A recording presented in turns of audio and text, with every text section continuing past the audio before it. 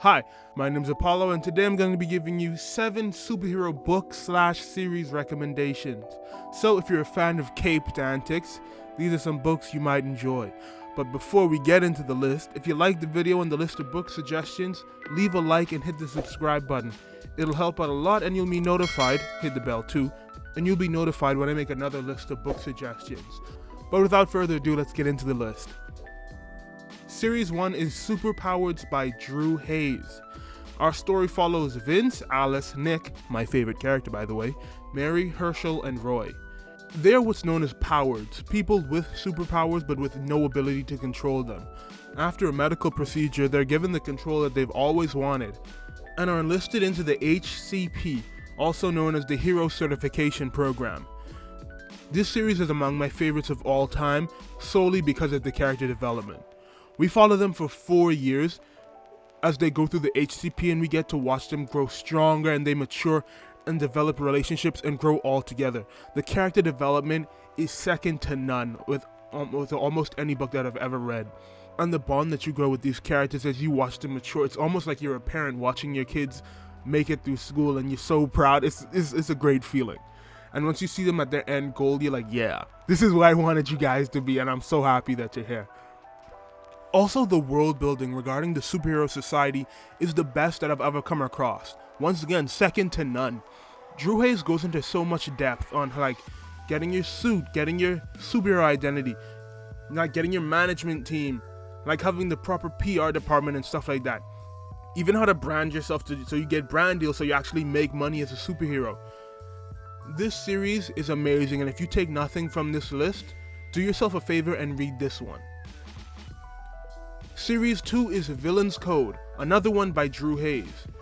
Another superhuman series by Drew Hayes, but as the name implies, this one is from the villain's perspective. In this series, our main character is Tori Rivas.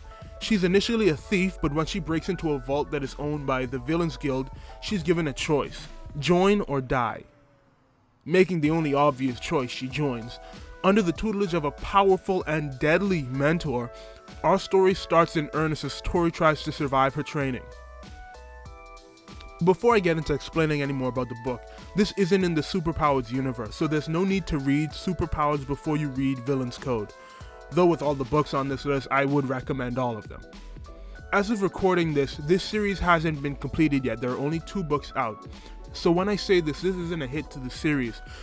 But the world building in Superpowers I don't see in Villain's Code. Though we are only 2 books deep, and Superpowers had 4 books and 1 spin-off. Corpies, which I also recommend by the way. But as of recording this, Drew is working on the 3rd book in the series, which I am very, very excited for. But with saying that, Drew writes Superpowers amazingly. His creativity is on full display with a specific character that I won't mention as to not spoil it. But if you do pick up Villain's Code, I'll just say one word to let you know who I'm talking about. You'll know who it is. You'll know who it is once that character is revealed. That word is... That's all I'm gonna say. Anyway. Seeing that Villain's Code is from the perspective of the villains, the book is much darker than Superpowers, but not to the extent of something like Berserk or Attack on Titan. And Drew does have a sense of humor that I appreciate with his writing. He makes his characters very likable, so there are frequent moments of levity, but he does know when to make it serious. So don't expect like there to be some dramatic fight that's very, very tense, and then some guy just comes and cracks a one-liner, just killing the tension of the whole scene. He doesn't do that. He does very good writing. His books don't have the reviews that they do for nothing. And also, now that I've mentioned some anime series, for any of my fellow anime watchers and manga readers, there's a character in this book that is uber powerful. And you know those moments, most of you anime watchers should be familiar with these moments, like in shonen, when a character that you know is strong gets to go all out and makes an amazing display of power that's just so satisfying. That happens in these books, and each time it gets me so hyped up. Like, I don't know how he pulls it off because I know it's coming. Like I expected, they hype up this character throughout both books, like how terrifying he is. It's a he, so that's kind of a spoiler, but whatever. But when it happens, I'm so hyped up. it's like listening to crack. Anyway, if you like moments like that, I recommend Villain's Code for those scenes alone. On to Series 3, we have Murder of Crows by Chris Telbane. In this 3-part series, we follow Damien Bannock in a post-apocalyptic America filled with superpowered people. Damien is one of these people, though he wishes that he wasn't, because Damien is a crow, gifted, or more accurately, cursed with the ability of necromancy, and doomed to go insane. He's offered the opportunity as the first crow to attend the Los Angeles Academy of Superheroes, in hopes to learn to control his ability so that he won't lose his mind and murder a city like many other crows have done before him. Alright, seeing as how this story takes place in a post-apocalyptic setting, this story is much darker than the previous 2 entries on the list. Adding in the fact that the main character is doomed to go insane and kill everyone, you should understand what kind of vibe you're in for. At this point, if you couldn't tell from the amount of superhero stories that have characters go through school, it's one of my favorite styles of superhero story. I don't know why, but I really enjoy it. I feel like it lends itself well to world building, which Murder of Crows has in stride, by the way. Not so much as the ins and outs of the superhero academy and the world of being a superhero, but more so of the world itself. A few things are left unanswered by the end of the series, but in my opinion that doesn't take away from the story, so I feel it fits the world. On the topic of unanswered questions though, I may be wrong in that aspect, because when the main story ends, there are several side stories that explore the world more, that I haven't gotten around to listening to. And as the phrase implies, I listen to all of these stories on Audible. Like how my channel is a narration channel, I like narrations. It's easy for me to get through books that way, and I also could do other things while I'm listening, rather than just setting aside a few hours to carve through a book.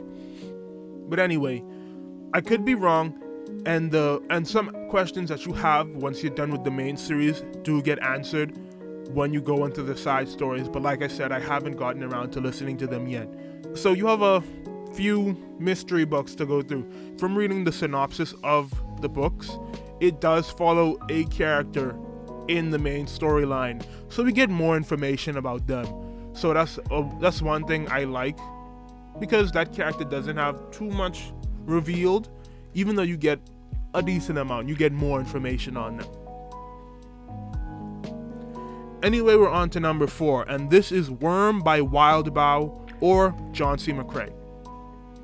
Our story follows the protagonist Taylor Herbert, a teenage girl that is severely bullied, and without going into how, she develops superpowers. She wants to do the right thing, but this story is by far the darkest on this list, so her intentions don't always have the right effect. This story is also very popular, so I wouldn't be surprised if many of you already heard about it. Added with the fact that it's been around for a while, I wouldn't be surprised if a lot of people have already read it, so this might not even be new to some people. And one nice thing about this series, unlike the other ones on this list, you can read it right now completely for free, seeing as it's a web novel. So if you don't give anything on this list a try, at least try Worm, seeing as it won't cost you anything but some of your time. I'll also be upfront with the fact that I haven't completed this story yet. Not because I don't like it or anything, but because it's a really long story. When I read stories like these, I like to binge large chunks and take longer breaks. I don't know why. And then I'll return to the story later on, and that's currently what I'm doing. Anyway, like I said, Worm is the darkest story on this list, and I don't really like having to put caution labels on things, but I will admit, it goes to some rather dark places, and it probably isn't for everyone. Wildbow even gives a warning before you read it, so if he gives a warning, I might as well give you a warning. There are some brutal things that happens to some characters, and the choices that people make, whether those people are good or bad, will make you question whose side should you even be on? Who should you be even rooting for? But in my opinion, that's just good writing, and I like that a lot. And it's this type of writing I hope to be able to achieve someday, when you can make your audience conflicted in feeling as if they're doing, if they're making the right choices in the characters they choose to align with. Like I said, I haven't completed this series yet. I'm about halfway through, so I don't know if my opinions on this series will change by the time that I'm done, because there are some characters in this series that really make me want to strangle them with some decisions that they make, but that still doesn't take away from the writing. It's still a good series. Also, another thing, I've mentioned that I like Audible, and saying that this is a free web novel, there's no Audible version of this book, but there is the Worm audiobook podcast, which is a fan-made unabridged version of the Worm story. The main guy that put it together, to my knowledge, is Robert Rain Ramsey, and he seemed to have gone on to narrate a couple of books, so that's good for him. And another thing, if you decide to listen to the podcast like I did, instead of reading the novel, you have to take into account that it's a fan collaboration, and the first post on the Google podcast was in 2014, so not everyone has the best mics, but for the main narration, I have no issues with the audio quality, so just keep that in mind. Some people's mics aren't up to the standards they are nowadays. So if you're looking for a darker, more realistic as books about superheroes can be, check out Worm. It's free, so just give it a try. On to number 5, we have The Ables by Jeremy Scott. Philip Salinger, our protagonist, is blind, and he's just found out that he has superpowers, telekinesis specifically. He's excited to learn that he's a custodian, not a janitor, but the other definition of the word, a guardian.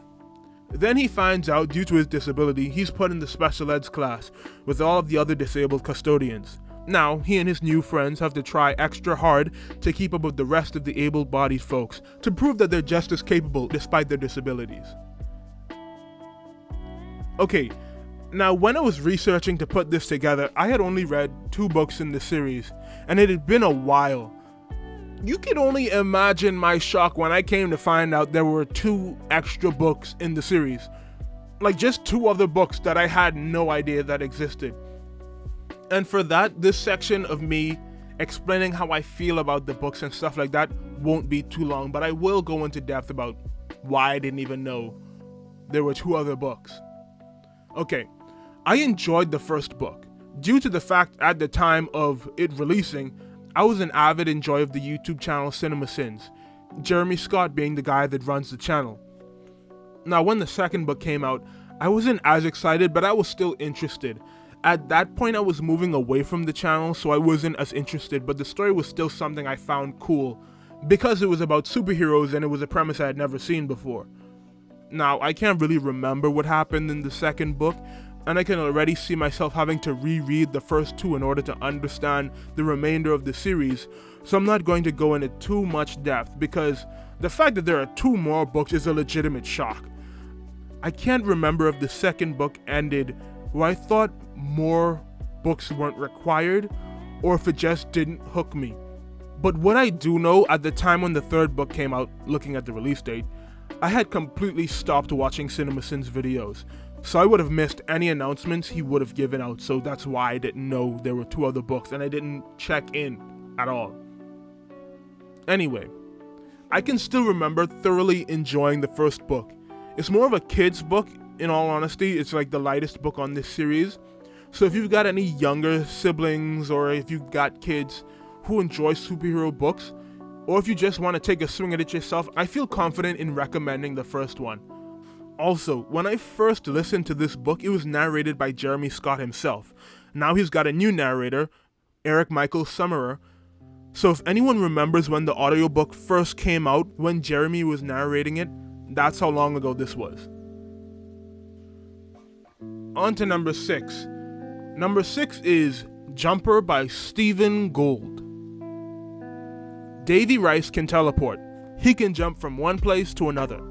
Taking his new ability and running away from his bad home life, Davy now has to use his new powers to survive in a cruel world. Okay, on to a book that was the cause of teleportation being my favorite superpower. Now, I say that, but it wasn't the book itself. It was the critically panned movie that was the reason. Jumper the movie is one of my favorite movies of all time. And I'll be the first to admit, some of the writing is very clunky, and the romance has always felt off to me. But when I watched the movie for the first time, I was like 11. So I can admit with all honesty that I think about that movie with rose-tinted glasses, like so rosy I can barely see through them. Even though the movie was bad, the concept of teleportation and the possibilities, not just stealing by the way, it it's always stuck with me. Griffin's character specifically, and how he uses teleportation in fights or to increase his momentum, it was and still is so cool to me. But this is supposed to be about the book, so let me get back to that. The book is almost nothing like the movie, which is a good thing. Like, it's a really, really good thing that it's not. And it's also a bad thing, to me at least. The book is great. It has some great science fiction, and it also goes into some very dark places that the movie never even attempted to go into, which I'm happy for, because if my 11-year-old self experienced the things that happen in the book and the movie, that movie would be completely different for me. But at the time, those rose-tinted glasses kind of messed up the book for me, because it wasn't what I wanted when I read the book. It wasn't like the movie that I liked so much. But I can take a step back and I can be objective and realize that the book is amazing though. It goes into way more about the abilities than the movie ever did. And it had some plot lines that genuinely shocked me. And it was way more, I mean, it's a book. You'd expect it to be in more depth. You have more area to expand your universe and stuff. But the movie barely goes into anything at all. It's literally its own thing. The book is so detailed in the world that it's built and how it explains the power system and what Davy can do and how he learns his powers and controls it. And with saying that, I enjoyed the first book and the second book. The second book is also really good, by the way. This is one of the only sections of this video when I'm not recommending the entire series. After those first two books, the series started to lose me. The spin-off book, Griffin's Story, which isn't connected to the main storyline, it's actually connected to the movie and is supposed to be Griffin's story from the movie, I didn't like it at all. It didn't feel like the character from the movie, who's specifically my favorite character. It felt like someone completely different, and I didn't expect that because this is supposed to be the character from the movie. This is supposed to be Griffin, but those two characters from the movie and from the book just feel completely different. So if you are a fan of this movie and you expect Griffin to be the exact same thing, it's been a while, so I might even be wrong. I might need to go back and watch both again. I need to go back and read the book and listen to the movie again, because I could be wrong. It's been a few years, but I can remember the feeling of being like, these aren't the two, this isn't the same guy that I watched. I mentioned it's been a while since I've read those books. I think I was about 15 or 16 when I read those, so I might have not even been able to appreciate the series fully. I could just be objectively wrong, that they're great books and that I was too young to understand everything that was going on, but I do remember enjoying book 1 and book 2. It takes a step away from the main character after the first two books, and I didn't really like that. I like when the books are consistently following the same person. I don't like when series kind of switch out the main character for someone else, which I do understand because the books are more based in reality, even though it's about teleportation. So Davy ages and it goes on to someone else, but I can understand that, though I still didn't like it. So I might even go back to it and reread the series, and I might find a different opinion. I've grown since then. So yeah, I would recommend book 1 and 2. From my opinion, that's all I can recommend because I didn't like the rest of the series, but you might like it. So that's the Jumper series by Stephen Gould. Now, number 7. Finally onto the last series. We started this list with one of my favorite authors, so I'll wrap this one up with my favorite author. We have Grim Noir Chronicles by Larry Correia. Jake Sullivan is a war hero, a private eye, an ex-con, and has the ability to shift the gravity to his will. Now, I'm gonna be honest, this series shouldn't be on this list, because it isn't about science fiction superpowers, it's magic. But this series of books by Larry Correia is the closest I've seen magic be used like superpowers. Because usually you see magic being presented in a really mystical kind of way, but it's not like that in this series. In the universe of Grim Noir, magic is a known thing. It's used like almost any tool, and people fall into certain categories of magic. They're not able to branch off into spells and charms like other magic systems or anything like that. For instance, we've got Jake Sullivan, who can manipulate gravity. Then we've got people that can phase through objects. Then we've got pyromancers, super geniuses, people with super strength, electrokinesis, and my favorite, we've got teleporters. I feel like after that rundown, you understand how their magic is more like superpowers that came from magic, because that's what they are, than magic itself. So I feel like it fits on this list, even though it isn't exactly what this list is. Grim Noir, as the name implies, is a noir story, with all the mysteries and intrigue to be gleaned from that genre of fiction. And it's also filled with, this is a quote from the author by the way, teleporting magic ninja fights on flaming pirate dirigibles. So if teleporting magic ninja fights on top of flaming pirate dirigibles sounds cool to you, check the series out.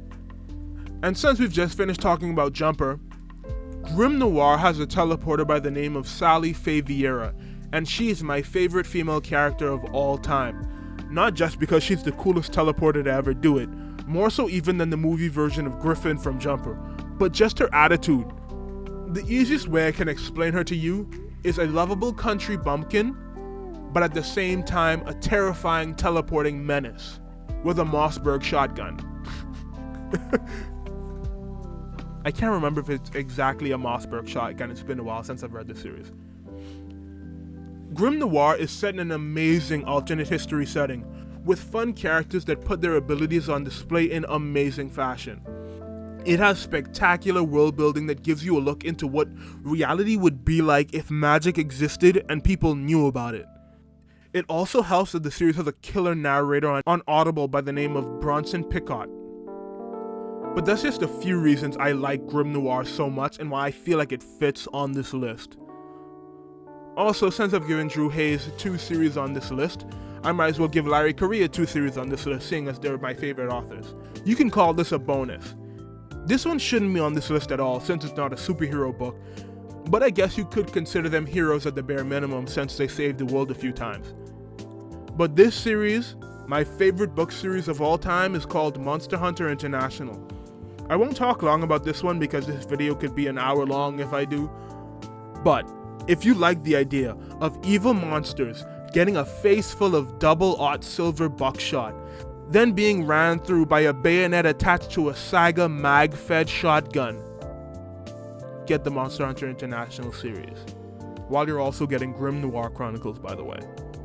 Also, Monster Hunter International is narrated by the phenomenal narrator Oliver Wyman. That man does amazing work, and I sometimes forget it's just one guy narrating when I'm listening to his story, when I'm listening to him read. And with that, that's the list. I hope you've enjoyed the video, and I hope that you found a new series that you can dive into. Join a new world of superheroes. And if you've got your own superhero book suggestions, leave them down in the comments below. I'm always interested in finding new and interesting superhero universes that I could dive into. All of the series that I've mentioned are linked down below. They're not affiliate links or anything like that, just so it's easier for you to get the books if you found any of them interesting. Remember that Worm is free, by the way, so I'd suggest you start with that. And if you like any of the books I've recommended, check out the author's other works. But other than that, I hope you enjoyed the video. If you liked the video, leave a like. Also, hit the subscribe button and the bell so you're notified anytime I upload another one of these videos, or just upload a story of my own. But with that being said, once again, I hope you enjoyed. I'll see you in the next story or list video. Peace.